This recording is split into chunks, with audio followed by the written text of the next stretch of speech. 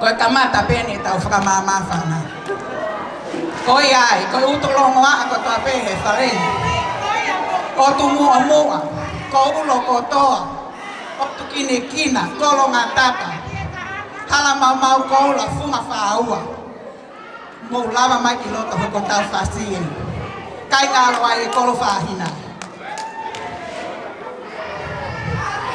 Lolo, alolo na to.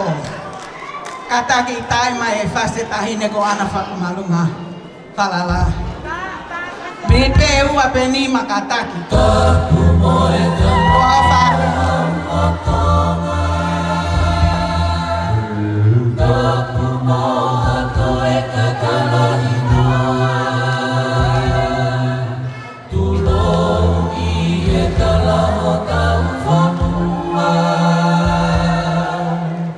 Isaku amana ai whei toli tukua.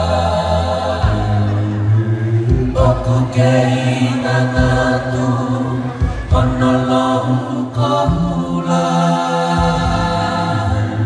Puni I he eka tau whatunga matua.